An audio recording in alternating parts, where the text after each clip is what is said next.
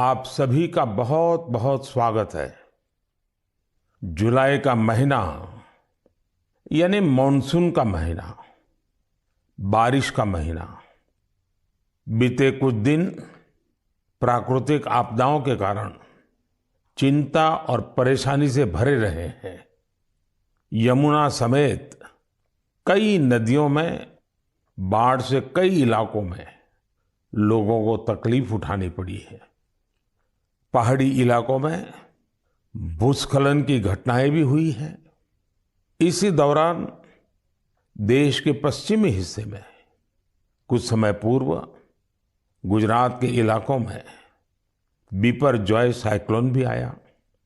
लेकिन साथियों, इन आपदाओं के बीच हम सब देशवासियों ने फिर दिखाया है कि सामूहिक प्रयास की ताकत क्या होती है। स्थानीय लोगों ने, हमारे एनडीआरएफ के जवानों ने, स्थानीय प्रशासन के लोगों ने दिन रात लगाकर ऐसी आपदाओं का मुकाबला किया है।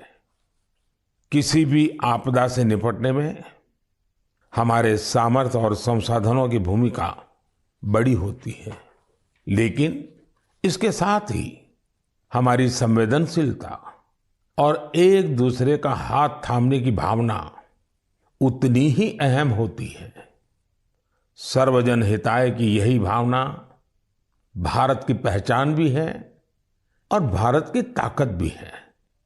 साथियों, बारिश का यही समय वृक्षारोपण और जल संरक्षण के लिए भी उतना ही जरूरी होता है। आजादी के अमृत महोत्सव के दौरान बने 60,000 से ज्यादा अमृत सरोवरों में भी रौनक बढ़ गई है।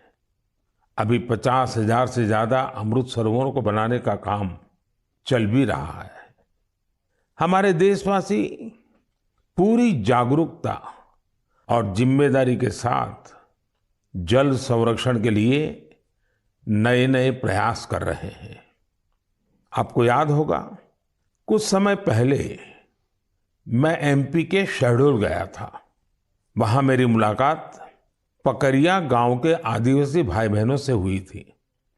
वहीं पर मेरी उनसे प्रकृति और पानी को बचाने के लिए भी चर्चा हुई थी। अभी मुझे पता चला है कि पकरिया गांव के आदिवासी भाई बहनों ने इसे लेकर काम भी शुरू कर दिया है। यहां प्रशासन की मदद से लोगों ने करीब 100 कुओं को वाटर रिचार्ज सिस्टम में बदल दिया है। बारिश का पानी अब इन कुओं में जाता है और कुओं से ये पानी जमीन के अंदर चला जाता है।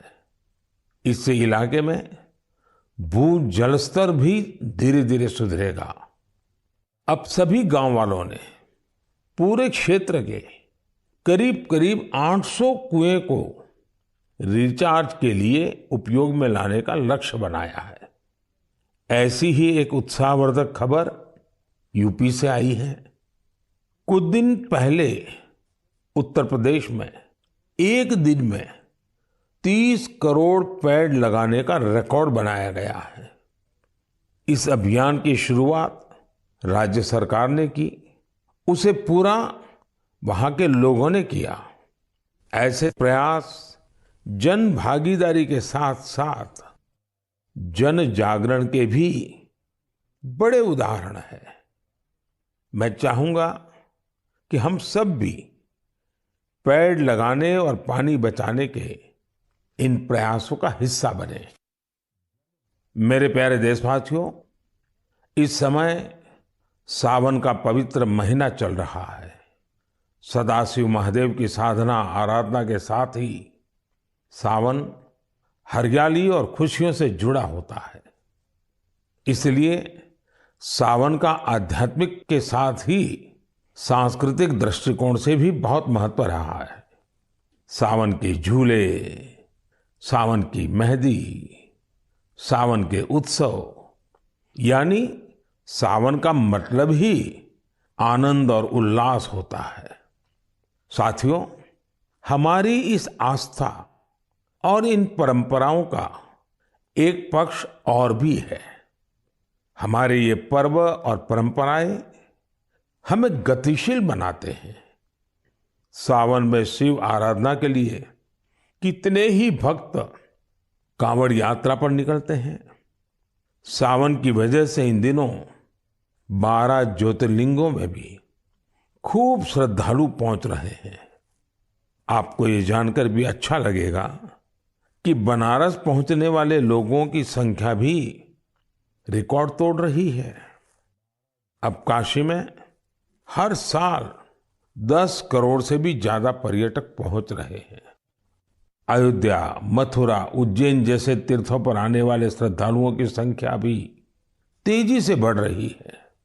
इससे लाखों गरीबों को रोजगार मिल रहा है, उनका जीवन यापन हो रहा है। ये सब हमारे सांस्कृतिक जन जागरण का परिणाम है। इसके दर्शन के लिए अब तो पूरी दुनिया से लोग हमारे तीर्थों में आ रहे हैं। मुझे ऐसे ही 2 अमेरिकन दोस्तों के बारे में पता चला है जो कैलिफोर्निया से यहां अमरनाथ यात्रा करने आए थे।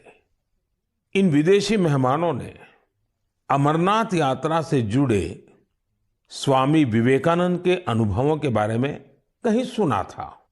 उससे उन्हें इतनी प्रेरणा मिली कि खुद भी अमरनाथ यात्रा करने आ गए। ये इसे भगवान भोलेनाथ का आशीर्वाद मानते हैं। यही भारत की खासियत है कि सबको अपनाता है, सबको कुछ न कुछ देता है। ऐसी ही एक फ्रेंच मूल की महिला है शार्लोट शोपा। बीते दिनों जब मैं फ्रांस गया था तो इनसे मेरी मुलाकात हुई थी। शार्लोट शोपा एक योगा प्रैक्टिशनर है, योगा टीचर है और उनकी उम्र 100 साल से भी ज्यादा है। वो सेंचुरी पार कर चुकी है। वो पिछले 40 साल से योग प्रैक्टिस कर रही हैं। वो अपने स्वास्थ्य और 100 साल की इस आयु का श्रेय योग को ही देती हैं। वो दुनिया में भारत के योग विज्ञान और इसकी ताकत का एक प्रमुख चेहरा बन गई है। इनसे हर किसी को सीखना चाहिए। हम न केवल अपनी विरासत को अंगीकार करें बल्कि उसे जिम्मेदारी के साथ विश्व के सामने प्रस्तुत भी करें। और मुझे खुशी है कि ऐसा ही एक प्रयास इन दिनों उज्जैन में चल रहा है। यहाँ देश भर के 18 चित्रकार पुराणों पर आधारित आकर्षक चित्रकथाएं बना रहे हैं। ये चित्र बूंदी शैली, नाथद्वारा शैली, पहाड़ी शैली और अपभ्रंश शैली जैसी कई विशिष्ट शैलियों में बनेंगे। इन्हें उज्जैन के त्रिवेणी संग्रहालय में प्रदर्शित किया जाएगा। यानी कुछ समय बाद जब आप उज्जैन जाएंगे तो महाकाल महालोक के साथ साथ एक और दिव्य स्थान के आप दर्शन कर सकेंगे। साथियों, उज्जैन में बन रही इन पेंटिंग्स की बात करते हुए मुझे एक और अनोखी पेंटिंग की याद आ गई है। ये पेंटिंग राजकोट के एक आर्टिस्ट प्रभात सिंह मोडभाई बरहाट जी ने बनाई थी। ये पेंटिंग छत्रपति वीर शिवाजी महाराज के जीवन के एक प्रसंग पर आधारित थी। आर्टिस्ट प्रभात भाई ने दर्शाया था कि छत्रपति शिवाजी महाराज राज्याभिषेक के बाद अपनी कुलदेवी तुलजा माता के दर्शन करने जा रहे थे तो उस समय क्या माहौल था। अपनी परंपराओं, अपनी धरोहरों को जीवंत रखने के लिए हमें उन्हें सहेजना होता है, उन्हें जीना होता है, उन्हें अगली पीढ़ी को सिखाना होता है। मुझे खुशी है कि आज इस दिशा में अनेकों प्रयास हो रहे हैं। मेरे प्यारे देशवासियों, कई बार जब हम इकोलॉजी, फ्लोरा, फोना, बायोडायवर्सिटी जैसे शब्द सुनते हैं तो कुछ लोगों को लगता है कि ये तो स्पेशलाइज्ड सब्जेक्ट है, इनसे जुड़े एक्सपर्ट के विषय हैं। लेकिन ऐसा नहीं है। अगर हम वाकई प्रकृति प्रेम करते हैं तो हम अपने छोटे छोटे प्रयासों से भी बहुत कुछ कर सकते हैं। तमिलनाडु में वाड़ावल्ली के एक साथी हैं सुरेश राघवन जी। राघवन जी को पेंटिंग का शौक है। आप जानते हैं, पेंटिंग कला और कैनवास से जुड़ा काम है। लेकिन राघवन जी ने तय किया कि वो अपनी पेंटिंग्स के जरिए पेड़ पौधों और जीव जंतुओं की जानकारी को संरक्षित करेंगे। वो अलग अलग फ्लोरा और फौना की पेंटिंग्स बनाकर उनसे जुड़ी जानकारी का डॉक्यूमेंटेशन करते हैं। वो अब तक दर्जनों ऐसी चिड़ियाओं की, पशुओं की, ऑर्चिड्स की पेंटिंग्स बना चुके हैं जो विलुप्त होने की कगार पर है। कला के जरिए प्रकृति की सेवा करने का ये उदाहरण वाकई अद्भुत है। मेरे प्यारे देशवासियों, आज मैं आपको एक और दिलचस्प बात भी बताना चाहता हूं। कुछ दिन पहले सोशल मीडिया पर एक अद्भुत क्रेज दिखा। अमेरिका ने हमें 100 से ज्यादा दुर्लभ और प्राचीन कलाकृतियां वापस लौटाई है। इस खबर के सामने आने के बाद सोशल मीडिया पर इन कलाकृतियों को लेकर खूब चर्चा हुई। युवाओं में अपनी विरासत के प्रति गर्व का भाव दिखा। भारत लौटी ये कलाकृतियां 2500 साल से लेकर 250 साल तक पुरानी हैं। आपको यह भी जानकर खुशी होगी कि इन दुर्लभ चीजों का नाता देश के अलग अलग क्षेत्रों से है। ये टेराकोटा, स्टोन, मेटल और लकड़ी के इस्तेमाल से बनाई गई है। इनमें से कुछ तो ऐसी हैं जो आपको आश्चर्य से भर देंगी। आप इन्हें देखेंगे तो देखते ही रह जाएंगे। इनमें 11वीं शताब्दी का एक खूबसूरत सैंडस्टोन स्कल्पचर भी आपको देखने को मिलेगा। ये नृत्य करती हुई एक अप्सरा की कलाकृति है जिसका नाता मध्य प्रदेश से है। चोल युग की कई मूर्तियां भी इनमें शामिल है। देवी और भगवान मुरुगन की प्रतिमाएं तो 12वीं शताब्दी की है और तमिलनाडु की वैभवशाली संस्कृति से जुड़ी है। भगवान गणेश की करीब 1000 वर्ष पुरानी कांसे की प्रतिमा भी भारत को लौटाई गई है। ललितासन में बैठे उमा महेश्वर की एक मूर्ति 11वीं शताब्दी की बताई जाती है, जिसमें वे दोनों नंदी पर आसीन है। पत्थरों से बनी जैन तीर्थंकरों की 2 मूर्तियां भी भारत वापिस आई हैं। भगवान सूर्यदेव की 2 प्रतिमाएं भी आपका मन मोह लेंगी। इनमें से एक सैंडस्टोन से बनी है। वापस लौटाई गई चीजों में लकड़ी से बना एक पैनल भी है जो समुद्र मंथन की कथा को सामने लाता है। 16वीं 17वीं सदी के इस पैनल का जुड़ाव दक्षिण भारत से है। साथियों, यहां मैंने तो बहुत कम ही नाम लिए हैं, जबकि देखें तो ये लिस्ट बहुत लंबी है।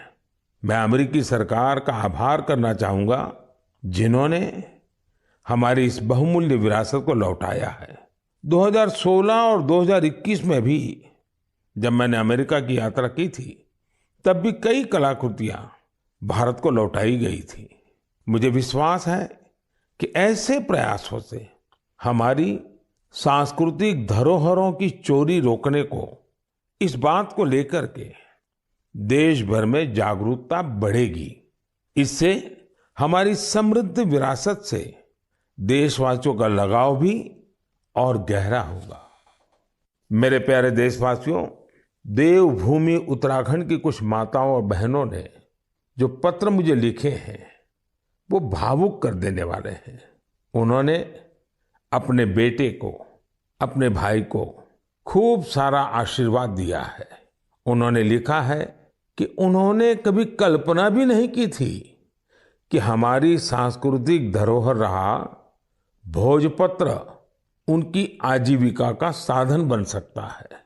आप सोच रहे होंगे कि यह पूरा माजरा है क्या?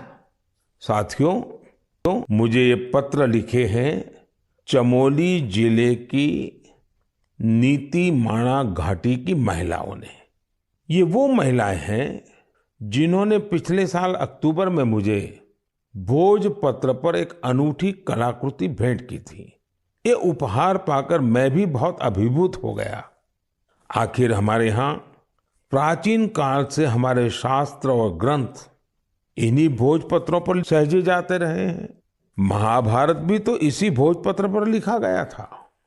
आज देवभूमि की ये महिलाएं इस भोजपत्र से बेहद ही सुंदर सुंदर कलाकृतियां और स्मृति चिन्ह बना रही हैं। माणा गांव की यात्रा के दौरान मैंने उनके इस यूनिक प्रयास की सराहना की थी। मैंने देवभूमि आने वाले पर्यटकों से अपील की थी कि वो यात्रा के दौरान ज्यादा से ज्यादा लोकल प्रोडक्ट्स खरीदें। इसका वहां बहुत असर हुआ है। आज भोजपत्र के उत्पादों को यहाँ आने वाले तीर्थयात्री काफी पसंद कर रहे हैं और इसे अच्छे दामों पर खरीद भी रहे हैं। भोजपत्र की यह प्राचीन विरासत उत्तराखंड की महिलाओं के जीवन में खुशहाली के नए नए रंग भर रही है। मुझे यह जानकर भी खुशी हुई है कि भोजपत्र से नए नए प्रोडक्ट बनाने के लिए राज्य सरकार महिलाओं को ट्रेनिंग भी दे रही है। राज्य सरकार ने भोजपत्र की दुर्लभ प्रजातियों को संरक्षित करने के लिए भी अभियान शुरू किया है। जिन क्षेत्रों को कभी देश का आखिरी छोर माना गया था, उन्हें अब देश का प्रथम गांव मानकर विकास हो रहा है। ये प्रयास अपनी परंपरा और संस्कृति को संजोने के साथ आर्थिक तरक्की का भी जरिया बन रहा है। मेरे प्यारे देशवासियों, मन की बात में मुझसे इस बार काफी संख्या में ऐसे पत्र भी मिले हैं जो मन को बहुत ही संतोष देते हैं। ये चिट्ठी उन मुस्लिम महिलाओं ने लिखी है जो हाल ही में हज यात्रा करके आई है। उनकी ये यात्रा कई मायनों में बहुत खास है। ये वो महिलाएं हैं जिन्होंने हज की यात्रा बिना किसी पुरुष सहयोगी या महरम के बिना पूरी की है और ये संख्या 150 नहीं बल्कि 4000 से ज्यादा है। यह एक बड़ा बदलाव है। पहले मुस्लिम महिलाओं को बिना महरम हज करने की इजाजत नहीं थी। मैं मन की बात के माध्यम से सऊदी अरब सरकार का भी हृदय से आभार व्यक्त करता हूं। बिना महरम हज पर जा रही महिलाओं के लिए खास तौर पर विमेन कोऑर्डिनेटर्स नियुक्ति की गई थी। साथियों, बीते कुछ वर्षों में हज पॉलिसी में जो बदलाव किए गए हैं, उनकी भरपूर सराहना हो रही है। हमारी मुस्लिम माताओं और बहनों ने इस बारे में मुझे काफी कुछ लिखा है। अब ज्यादा से ज्यादा लोगों को हज पर जाने का मौका मिल रहा है। हज यात्रा से लौटे लोगों ने, विशेषकर हमारी माताओं बहनों ने चिट्ठी लिखकर जो आशीर्वाद दिया है, वो अपने आप में बहुत प्रेरक है। मेरे प्यारे देशवासियों, जम्मू कश्मीर में म्यूजिकल नाइट्स हो, हाई एल्टीट्यूड में बाइक रैलीज हो, चंडीगढ़ के लोकल क्लब हो और पंजाब में ढेर सारे स्पोर्ट्स ग्रुप्स हो, ये सुनकर लगता है एंटरटेनमेंट की बात हो रही है, एडवेंचर की बात हो रही है। लेकिन बात कुछ और है। ये आयोजन एक कॉमन कॉज से भी जुड़ा हुआ है और ये कॉमन कॉज है ड्रग्स के खिलाफ जागरूकता अभियान। जम्मू कश्मीर के युवाओं को ड्रग्स से बचाने के लिए कई इनोवेटिव प्रयास देखने को मिले हैं। यहाँ म्यूजिकल नाइट, बाइक रैली जैसे कार्यक्रम हो रहे हैं। चंडीगढ़ में इस मैसेज को स्प्रेड करने के लिए लोकल क्लब्स को इससे जोड़ा गया है। वे इन्हें वादा क्लब्स कहते हैं। वादा यानी victory against drugs abuse. Punjab में कई स्पोर्ट्स ग्रुप्स भी बनाए गए हैं जो फिटनेस पर ध्यान देने और नशा मुक्ति के लिए अवेयरनेस कैंपेन चला रहे हैं। नशे के खिलाफ अभियान में युवाओं की बढ़ती भागीदारी बहुत उत्साह बढ़ाने वाली है। ये प्रयास भारत में नशे के खिलाफ अभियान को बहुत ताकत देते हैं। हमें देश की भावी पीढ़ियों को बचाना है तो उन्हें ड्रग्स से दूर रखना ही होगा। इसी सोच के साथ 15 अगस्त 2020 को नशा मुक्त भारत अभियान की शुरुआत की गई थी। इस अभियान से 11 करोड़ से ज्यादा लोगों को जोड़ा गया है। 2 हफ्ते पहले ही भारत ने ड्रग्स के खिलाफ बहुत बड़ी कार्रवाई की है। ड्रग्स की करीब 1.5 लाख किलो की खेप को जब्त करने के बाद उसे नष्ट कर दिया गया है। भारत ने 10 लाख किलो ड्रग्स को नष्ट करने का अनोखा रिकॉर्ड भी बनाया है। इन ड्रग्स की कीमत 12,000 करोड़ रुपए से भी ज्यादा थी। मैं उन सभी की सराहना करना चाहूंगा जो नशा मुक्ति के इस नेक अभियान में अपना योगदान दे रहे हैं। नशे की लत न सिर्फ परिवार बल्कि पूरे समाज के लिए बड़ी परेशानी बन जाती है। ऐसे में यह खतरा हमेशा के लिए खत्म हो, इसके लिए जरूरी है कि हम सब एकजुट होकर इस दिशा में आगे बढ़े। मेरे प्यारे देशवासियों, जब बात ड्रग्स और युवा पीढ़ी की हो रही है तो मैं आपको मध्य प्रदेश की एक इंस्पायरिंग जर्नी के बारे में भी बताना चाहता हूं। ये इंस्पायरिंग जर्नी है मिनी ब्राजील की। आप सोच रहे होंगे कि मध्य प्रदेश में मिनी ब्राजील कहां से आ गया। यही तो ट्विस्ट है। एमपी के शहडोल में एक गांव है विचारपुर। विचारपुर को मिनी ब्राजील कहा जाता है। मिनी ब्राजील इसलिए क्योंकि ये गांव आज फुटबॉल के उभरते सितारों का गढ़ बन गया है। जब कुछ हफ्ते पहले मैं शहडोल गया था तो मेरी मुलाकात वहां ऐसे बहुत सारे फुटबॉल खिलाड़ियों से हुई थी। मुझे लगा कि इस बारे में हमारे देशवासियों को और खासकर युवा साथियों को जरूर जानना चाहिए। साथियों, विचारपुर गांव के मिनी ब्राजील बनने की यात्रा 2-2.5 दशक पहले शुरू हुई थी। उस दौरान विचारपुर गांव अवैध शराब के लिए बदनाम था, नशे की गिरफ्त में था। इस माहौल का सबसे बड़ा नुकसान यहाँ के युवाओं को हो रहा था। एक पूर्व नेशनल प्लेयर और कोच रईस अहमद ने इन युवाओं की प्रतिभा को पहचाना। रईस जी के पास संसाधन ज्यादा नहीं थे, लेकिन उन्होंने पूरी लगन से युवाओं को फुटबॉल सिखाना शुरू किया। कुछ साल के भीतर ही यहाँ फुटबॉल इतनी पॉपुलर हो गई कि विचारपुर गांव की पहचान ही फुटबॉल से होने लगी। अब यहाँ फुटबॉल क्रांति नाम से एक प्रोग्राम भी चल रहा है। इस प्रोग्राम के तहत युवाओं को इस खेल से जोड़ा जाता है और उन्हें ट्रेनिंग दी जाती है। ये प्रोग्राम इतना सफल हुआ है कि विचारपुर से नेशनल और स्टेट लेवल के 40 से ज्यादा खिलाड़ी निकले हैं। ये फुटबॉल क्रांति अब धीरे धीरे पूरे क्षेत्र में फैल रही है। शहडोल और उसके आसपास के काफी बड़े इलाके में 1200 से ज्यादा फुटबॉल क्लब बन चुके हैं। यहां से बड़ी संख्या में ऐसे खिलाड़ी निकल रहे हैं जो नेशनल लेवल पर खेल रहे हैं। फुटबॉल के कई बड़े पूर्व खिलाड़ी और कोच आज यहां युवाओं को ट्रेनिंग दे रहे हैं। आप सोचिए, एक आदिवासी इलाका जो अवैध शराब के लिए जाना जाता था, नशे के लिए बदनाम था, वो अब देश की फुटबॉल नर्सरी बन गया है। इसलिए तो कहते हैं, जहां चाह वहां राह। हमारे देश में प्रतिभाओं की कमी नहीं है। जरूरत है तो उन्हें तलाशने की और तराशने की। इसके बाद यही युवा देश का नाम रोशन भी करते हैं और देश के विकास को दिशा भी देते हैं।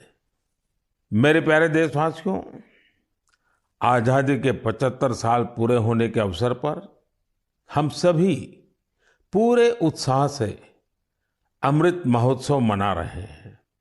अमृत महोत्सव के दौरान देश में करीब करीब 2 लाख कार्यक्रमों का आयोजन किया गया है।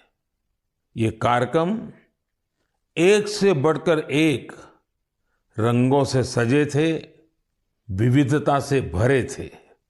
इन आयोजनों की एक खूबसूरती ये भी रही कि इनमें रिकॉर्ड संख्या में युवाओं ने हिस्सा लिया। इस दौरान हमारे युवाओं को देश की महान विभूतियों के बारे में बहुत कुछ जानने को मिला। पहले कुछ महीनों की बात करें तो जन भागीदारी से जुड़े कई दिलचस्प कार्यक्रम देखने को मिले। ऐसा ही एक कार्यक्रम था दिव्यांग लेखकों के लिए राइटर मीट का आयोजन। इसमें रिकॉर्ड संख्या में लोगों की सहभागिता देखी गई। वहीं आंध्र प्रदेश के तिरुपति में राष्ट्रीय संस्कृत सम्मेलन का आयोजन हुआ। हम सभी जानते हैं कि हमारे इतिहास में किलों का, फोर्ट्स का कितना महत्व रहा है। इसी को दर्शाने वाली एक कैंपेन किले और कहानियां यानी फोर्ट से जुड़ी कहानियां भी लोगों को खूब पसंद आई। साथियों, आज जब देश में चारों तरफ अमृत महोत्सव की गूंज है, 15 अगस्त पास ही है, तो देश में एक और बड़े अभियान की शुरुआत होने जा रही है। शहीद वीर वीरांगनाओं को सम्मान देने के लिए मेरी माटी मेरा देश अभियान शुरू होगा। इसके तहत देश भर में हमारे अमर बलिदानियों की स्मृति में अनेक कार्यक्रम आयोजित होंगे। इन विभूतियों की स्मृति में देश की लाखों ग्राम पंचायतों में विशेष शिलालेख भी स्थापित किए जाएंगे। इस अभियान के तहत देश भर में अमृत कलश यात्रा भी निकाली जाएगी। देश के गांव-गांव से, कोने-कोने से 7500 कलशों में मिट्टी लेकर ये अमृत कलश यात्रा देश की राजधानी दिल्ली पहुंचेगी।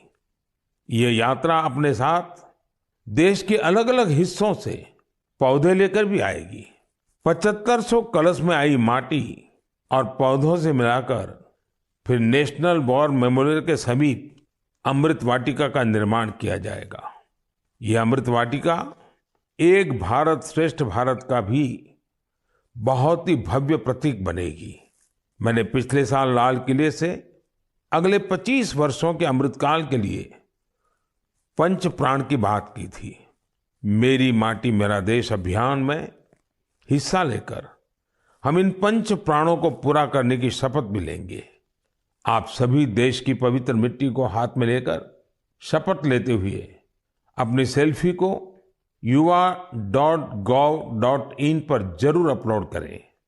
पिछले वर्ष स्वतंत्रता दिवस के अवसर पर हर घर तिरंगा अभियान के लिए जैसा पूरा देश एक साथ आया था, वैसे ही हमें इस बार भी फिर से हर घर तिरंगा फहराना है और इस परंपरा को लगातार आगे बढ़ाना है। इन प्रयासों से हमें अपने कर्तव्यों का बोध होगा, देश की आजादी के लिए दिए गए असंख्य बलिदानों का बोध होगा, आजादी के मूल्य का एहसास होगा। इसलिए हर देशवासी को इन प्रयासों से जरूर जुड़ना चाहिए। मेरे प्यारे देशवासियों, मन की बात में आज बस इतना ही। अब कुछ ही दिनों में हम 15 अगस्त आजादी का ये महान पर्व का हिस्सा बनेंगे। देश की आजादी के लिए मर मिटने वालों को हमेशा याद रखना है। हमें उनके सपनों को सच करने के लिए दिन रात मेहनत करनी है। और मन की बात देशवासियों की इसी मेहनत को, उनके सामूहिक प्रयासों को सामने लाने का ही एक माध्यम है।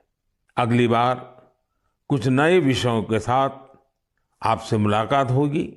बहुत बहुत धन्यवाद।